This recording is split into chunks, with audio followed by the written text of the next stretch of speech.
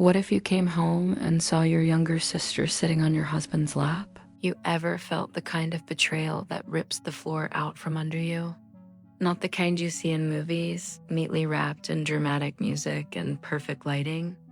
I'm talking about the kind that comes from inside your own home, from your own blood. I was 32 years old.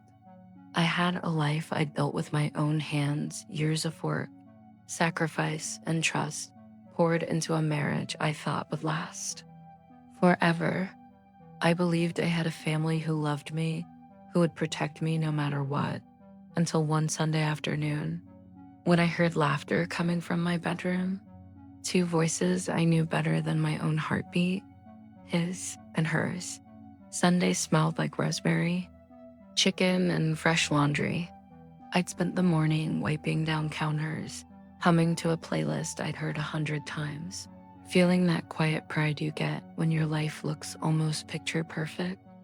My little sister, Lily, was coming over to help set the table before the rest of the family arrived. I balanced a stack of plates on my hip and called out, "Mark? Lily, you guys in the kitchen?" No answer, just the air conditioning kicking on and the soft tick of the hallway clock. Then I heard it. A low laugh, a whisper. Another laugh, lighter, breathier, cut short, like someone was trying not to be heard. It came from the end of the hall, from my bedroom. The plates pressed cold against my ribs as I listened, frozen. It wasn't just any laugh. It was the laugh Mark used when he was trying to charm his way out of something. And hers the same laugh Lily had as a kid, when we'd share secrets under the covers. My heart started counting faster than the clock. I told myself a dozen reasonable things in 3 seconds flat. Maybe Lily borrowed my sweater, maybe Mark was on a call, maybe the door was just closed because the window was open. Another whisper, my name. Not mine, exactly his nickname for me, low and careful, like a match being struck. The plates didn't feel cold anymore. They felt heavy. I set them down one by one as quietly as I could and walked toward the door that had my life on the other side.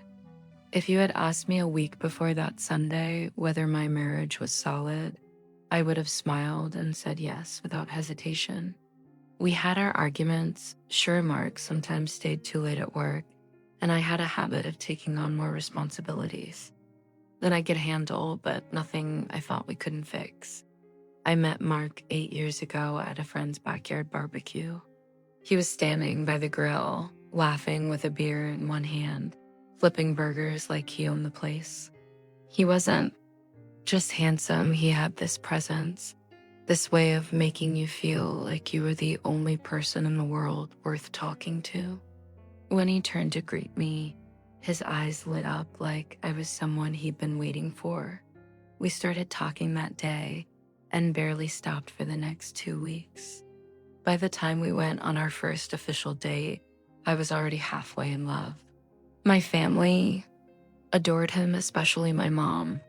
She called him the son she never had. My dad bonded with him over football games, and my little sister Lily, well, she was 17 then, shy in her own way, but quick to blush whenever Mark teased her. I didn't think much of it at the time. Lily and I had always had a complicated bond. We were only 7 years apart, but we grew up like we lived in different worlds. I was the responsible one, the one who paid the bills on time, who stayed in to study while she went out with friends. Lily was the free spirit, always chasing new adventures, always in the center of attention, and always landing on her feet no matter what trouble she found. We loved each other, but there was an undercurrent of rivalry that neither of us ever said out loud. In the early years of my marriage, I never thought that rivalry would matter. But looking back now, the warning signs had been there all along.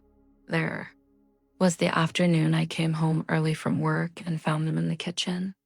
They were standing close, laughing at something on his phone. The second they saw me, they stopped, and Lily quickly set the phone down.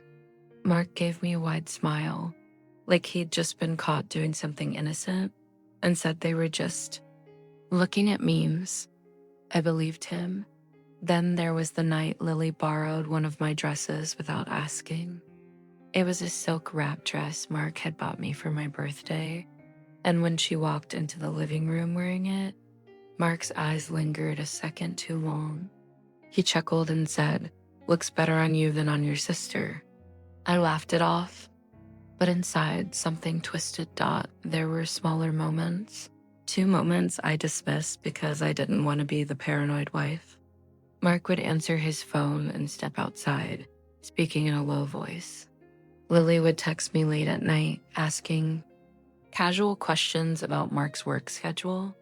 One Thanksgiving, when I went to grab more wine from the garage, I found them alone in the corner, whispering. They stopped talking when I walked in. Each time I told myself the same thing. She's my sister. He's my husband. I have no reason not to trust them, but trust is funny. It's not just about believing someone won't hurt you. It's about convincing yourself they couldn't. As the years went by, those tiny moments piled up like dust in a house you keep meaning to clean.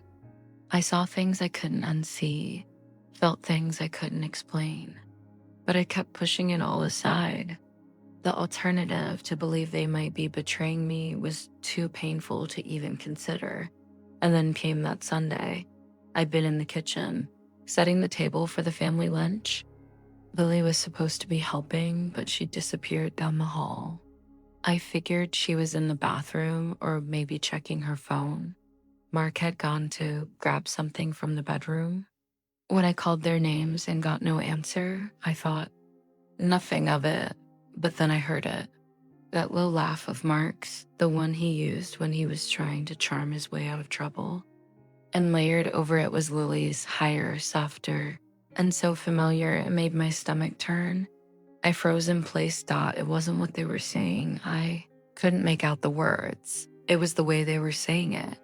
Like they were sharing something just for themselves. I told myself a dozen reasonable explanations in those few seconds. Maybe they were talking about a gift for me. Maybe she was helping him find something he'd lost. Maybe it was nothing. But my body didn't believe me. My hands went cold. My chest felt tight. I set the plates down one by one, so quietly I could hear my own heartbeat, and took a step toward the hall. My feet felt heavy, like the floor was trying to keep me from moving forward. Before I could reach the door, I heard the faint sound of movement, fabric shifting, a chair scraping, someone's breath catching. Then the door opened. Mark stepped out first, smiling in that practiced, easy way he had. "Hey, babe," he said, as if nothing at all was out of the ordinary. Lily followed, her cheeks flushed, hair slightly mussed. She didn't look at me. They walked past me like I was invisible. The rest of that afternoon was a blur. We ate lunch. We laughed at family stories. Or rather, they laughed. I moved on autopilot, filling glasses, passing plates, smiling when people spoke to me. Inside, I was unraveling. That night, after everyone left, Mark went to take a shower. I sat on the couch for a full minute before standing.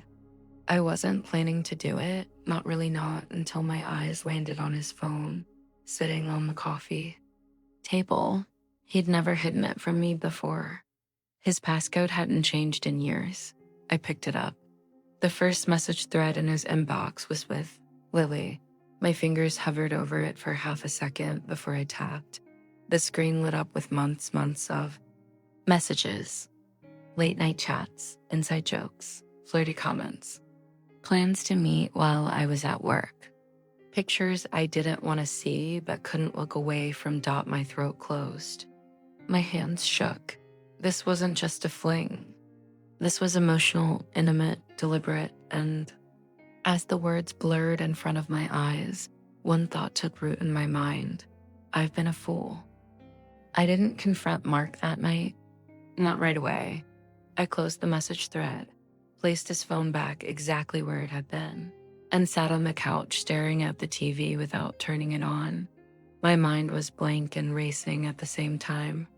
Every Sound in the house seemed amplified, the water running in the shower, the squeak of the bathroom faucet, the creak of the floorboards when he stepped out, when he walked into the living room in his sweatpants, towel drying his hair. I looked at him like I'd never seen him before. The man I'd married, the man I'd built a life with, had been carrying on with my sister right under my nose, and he hadn't even tried to hide it well. But I didn't ask him about it, not yet, because I knew once the truth was spoken out loud, there was no going back. The next morning, I woke up before him. I went through my routine: coffee, emails, laundry, like nothing had changed. But inside, my thoughts were sharp and jagged. I kept hearing Lily's laugh in my head. I kept seeing those messages. 2 days later, I checked his phone again. Not because I needed more proof, I had enough already, but because I needed to understand the depth of it. How long, how serious, and what I found made my stomach drop. It wasn't just flirtation and secret meetings. They talked about Mom mocked me. They laughed about how she's so clueless and she thinks we're so close.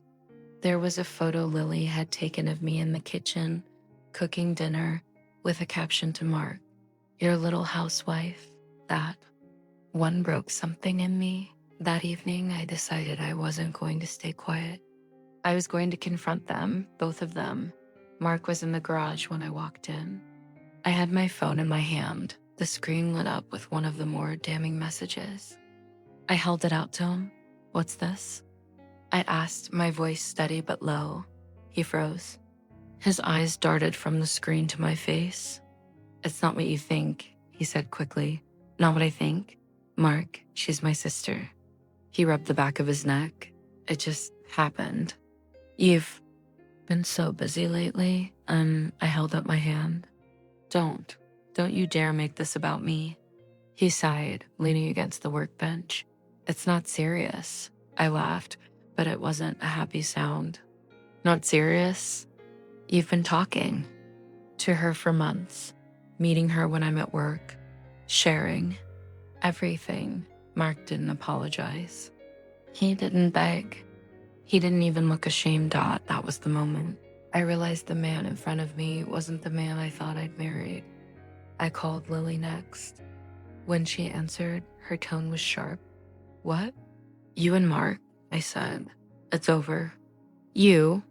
Stay away from my house, from my life." She interrupted me with a laugh. "Oh, please, don't act surprised. You were never enough for him." Her words hit me like a slap. "Excuse me?" "Everyone knows it," she said flatly. "You just didn't want to see it. Double quotes, everyone. I hung up, my hands trembling. And over the next few days, I learned exactly what she meant. My mom called me to check in. When I told her I knew, she sighed. "Honey, I didn't want to hurt you. Sometimes these things just happen." My dad, when I confronted him, wouldn't even meet my eyes. "It's not my business." A cousin admitted they'd seen Mark and Lily together at a bar weeks earlier, holding hands. I thought maybe it was just friendly, they said weakly. Everywhere I turned, I was met with either silence or excuses. The truth settled over me like a heavy, wet blanket.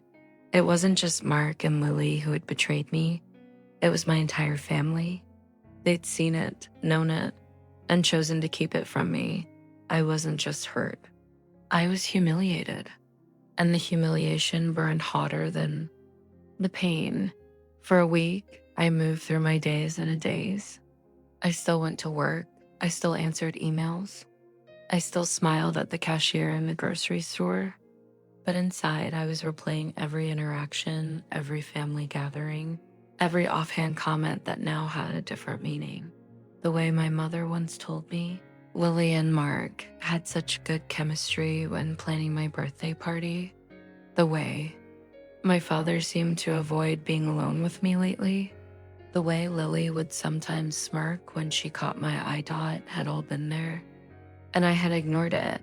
The breaking point came one evening when Mark came home from work and asked what was for dinner. Like nothing at all had changed. I looked at him and something inside me shifted. I wasn't going to cry anymore. I wasn't going to beg him to explain. I wasn't going to waste another second trying to understand why not know. I was going to make sure neither of them forgot what they'd done to me. I smiled at him that night for the first time in weeks. He looked relieved, maybe even smug, thinking I'd finally moved on from my little tantrum. Let him think that. Let them both think that. Because what I had in mind wasn't forgiveness, Dot. It was war. The day I decided to get even was the day I stopped feeling like a victim. I didn't tell anyone, not even my closest friend. I knew the only way this would work was if nobody suspected a thing, Dot. So I became an actress in my own life. Every morning, I greeted Mark with a smile. I texted Lily back when she reached out, my words sweet and casual. I even started joining family group chats again, pretending I was trying to move past the tension. On the outside, I looked like a woman ready to forgive. On the inside, I was a wolf in sheep's clothing. I started collecting everything proof. That would leave no room for denial. Screenshots of every message, records of calls between them, photos I'd found hidden in Mark's email.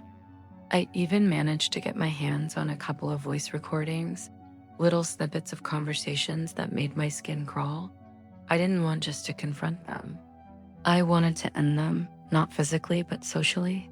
I wanted everyone who had protected them, everyone who had laughed behind my back, to see them for exactly what they were. The perfect stage came in the form of my parents' upcoming anniversary party. It was a big deal, 35 years of marriage, a catered dinner, all that. Family and friends invited. Everyone important in their lives would be there. 2 weeks before the party, I played my part flawlessly. I sat with Lily in my kitchen one afternoon, sipping coffee while she scrolled through her phone. I'm really glad we're okay now, I told her. She looked up, surprised but pleased. Me too, she said with that same fake smile I'd come to know so well. Mark was just as easy to fool.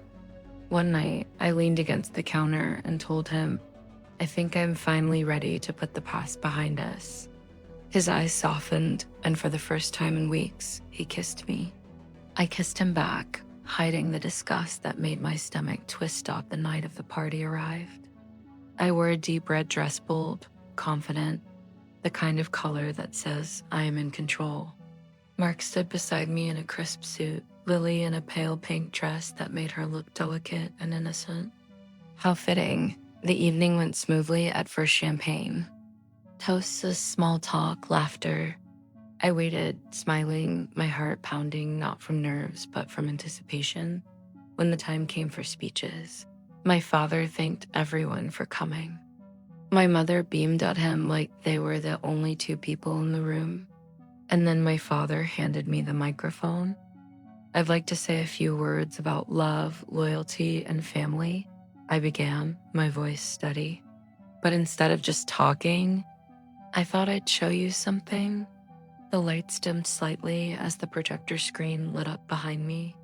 The first image appeared, Mark and Lily together in a restaurant, leaning in close over a table.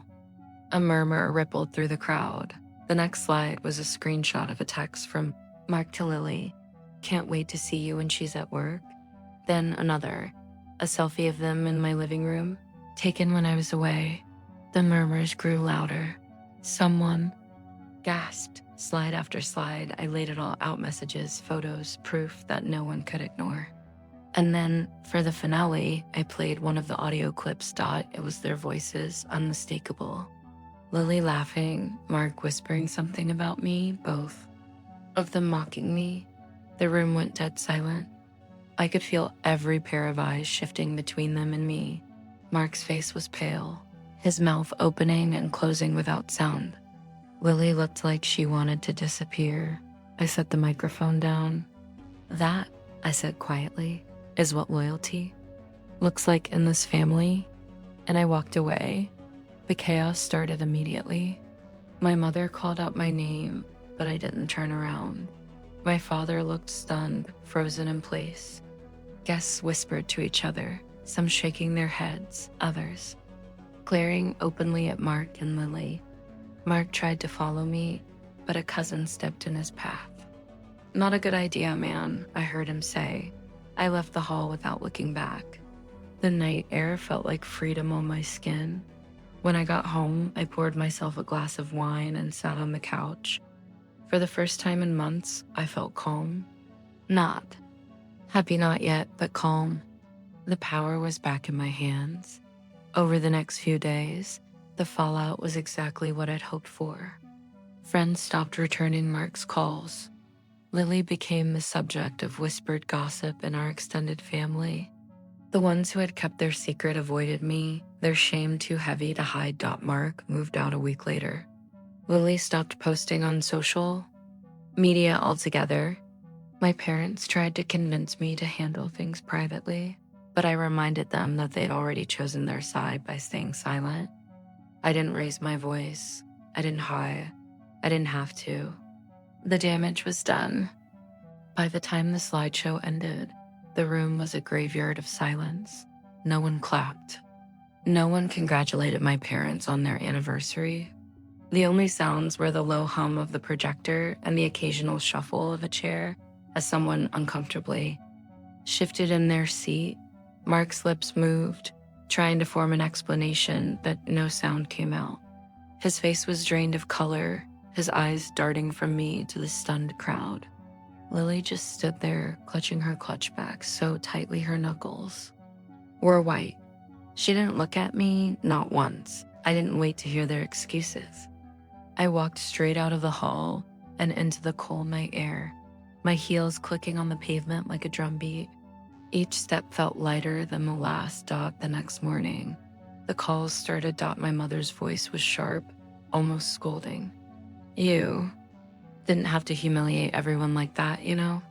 I let out a short laugh. "I didn't humiliate everyone, Mom, just the ones who earned it." My father's call was quieter, more awkward. He mumbled something about family matters being private before I hung up. That ship had sailed. A cousin texted me to say, finally, someone put them in their place. A coworker sent me a screenshot of a social media post someone at the party had written, "Never seen a takedown that brutal in real life." Mark didn't call. He didn't text. He didn't come home that night or the night after. When he finally did, it was to collect some clothes and leave his key on the counter. He didn't look me in the eye. Lily stayed silent. Her once busy social media accounts went dark. Filing for divorce felt less like an ending and more like opening a door. The paperwork was cold and impersonal, but signing my name at the bottom gave me a rush I didn't expect. I changed the locks the same week. I won't pretend everything was easy. Nights were too quiet. Some mornings I woke up and felt that sting of betrayal all over again. But I never once doubted that I'd done the right thing, because here's the truth. They didn't just cheat on me. They didn't just betray me. They underestimated me, and that was their biggest mistake. One Saturday, weeks later, I found myself in my favorite coffee shop, the one I hadn't visited since everything happened. I ordered my drink, sat by the window, and realized I was smiling. Not because I had forgotten the pain, but because I had survived it. People think revenge is about destroying someone else, but that night at the party wasn't about them anymore. It was about me reclaiming my voice, about showing everyone, including myself, that I wouldn't be silenced, shamed, or pushed aside. And maybe that's why, even now, I don't regret a single thing I did. If you're listening to this and wondering whether I'd do it all again, the answer is simple. Yes, 1,000 times. Yes, they thought they'd destroyed me, but all they did was teach me to never bow my head again. Asterisk, asterisk, and you. If this happened to you, would you forgive? Or would you burn it all down like I did? Let me know in the comments. And if you want more real-life stories like this, hit subscribe and turn on notifications so you don't miss the next one.